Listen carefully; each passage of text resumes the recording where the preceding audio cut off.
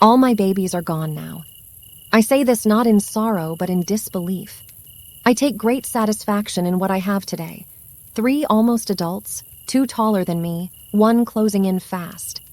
3 people who read the same books I do and have learned not to be afraid of disagreeing with me in their opinion of them, who sometimes tell vulgar jokes that make me laugh until I choke and cry, who need razor blades and shower gel and privacy, who want to keep their doors closed more than I like, who, miraculously, go to the bathroom, zip up their jackets, and move food from plate to mouth all by themselves.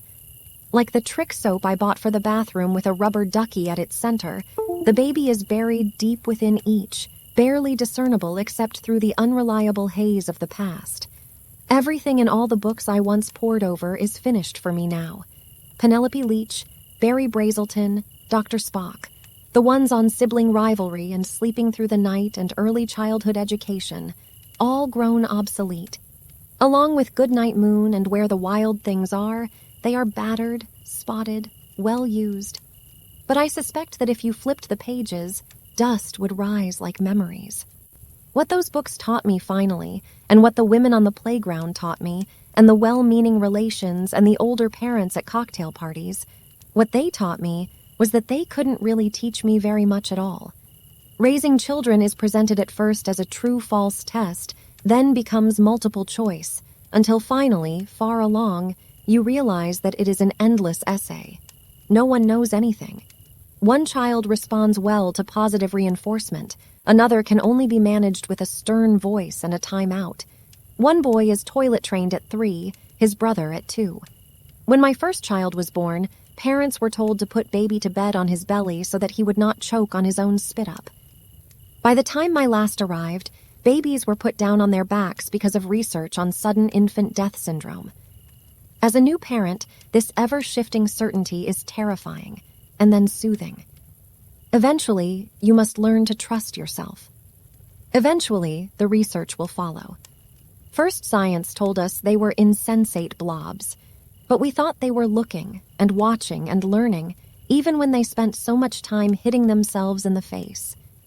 And eventually, science said that we were right. That important cognitive function began in early babyhood. First, science said they should be put on a feeding schedule. But sometimes they seemed hungry in 2 hours, sometimes 3, sometimes all the time, so that we never even bothered to button up. And eventually, science said that that was right, and that they would be best fed on demand. First, science said environment was the great shaper of human nature. But it certainly seemed as though those babies had distinct personalities, some contemplative, some gregarious, some crabby. And eventually, science said that was right too, and that they were hardwired exactly as we had suspected. Still, the temptation to defer to the experts was huge. The literate parent, who approaches everything, cooking, decorating, life, as though there was a paper due or an exam scheduled, is in particular peril when the kids arrive. How silly it all seems now, obsessing about language acquisition and physical milestones, riding the waves of normal, gifted, hyperactive, all those labels that reduced individuality to a series of cubbyholes. But I could not help myself. I had watched my mother casually raise 5 children born over 10 years, but by watching her, I intuitively knew that I was engaged in the greatest and potentially most catastrophic task of my life. I knew that there were mothers who had worried with good reason, that there were children who would have great challenges to meet. We were lucky. Ours were not among them. Nothing horrible or astonishing happened. There was hernia surgery, some stitches, a broken arm, and a fuchsia cast to go with it. Mostly ours were the ordinary, everyday terrors and miracles of raising a child, and our children's challenges the old familiar ones of learning to live as themselves in the world. The trick was to get past my fears, my ego, and my inadequacies to help them do that. During my first pregnancy, I picked up a set of lovely old cloth-bound books at a flea market. Published in 1933, they were called Mother's Encyclopedia, and one volume described what a mother needs to be: psychologically good, sound, wholesome, healthy, unafraid, able to deal with the world and to live in this particular age, an integrated personality, an adjusted person. in a word, Yao. It is good that we know so much more now, know that mothers need not be perfect to be successful. But some of what we learn is as pernicious as that daunting description, calculated to make us feel like failures every single day. I remember 15 years ago poring over one of Dr. Brazelton's wonderful books on child development, in which he describes 3 different sorts of infants: average, quiet, and active.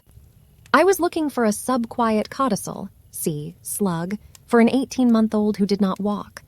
Was there something wrong with his fat little legs?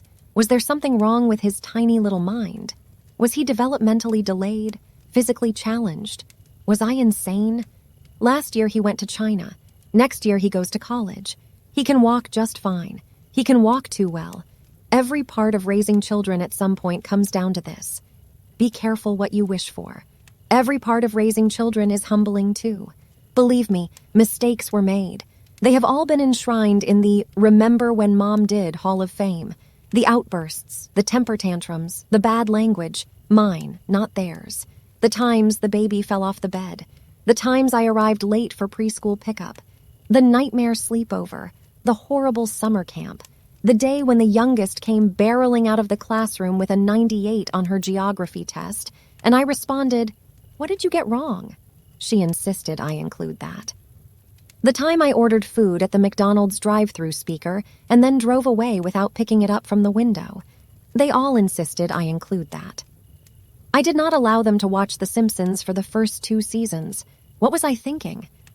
But the biggest mistake I made is the one that most of us make while doing this. I did not live in the moment enough. This is particularly clear now that the moment is gone, captured only in photographs. There is one picture of the 3 of them sitting in the grass on a quilt in the shadow of the swing set on a summer day, ages 6, 4, and 1.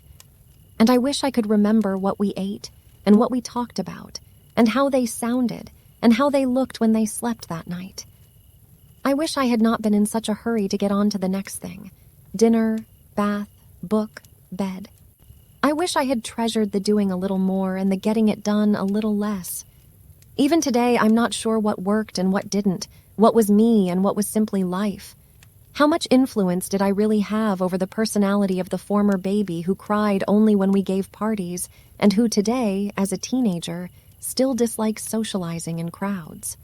When they were very small, I suppose I thought someday they would become who they were because of what I'd done. Now I suspect they simply grew into their true selves because they demanded in 1,000 ways that I back off and let them be. There was babbling I forgot to do, stimulation they never got, foods I meant to introduce and never got around to introducing.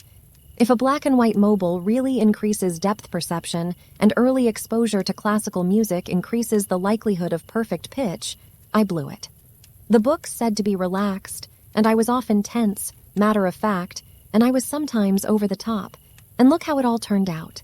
I wound up with the 3 people I like best in the world, who have done more than anyone to excavate my essential humanity. That's what the books never told me. I was bound and determined to learn from the experts. It just took me a while to figure out who the experts were.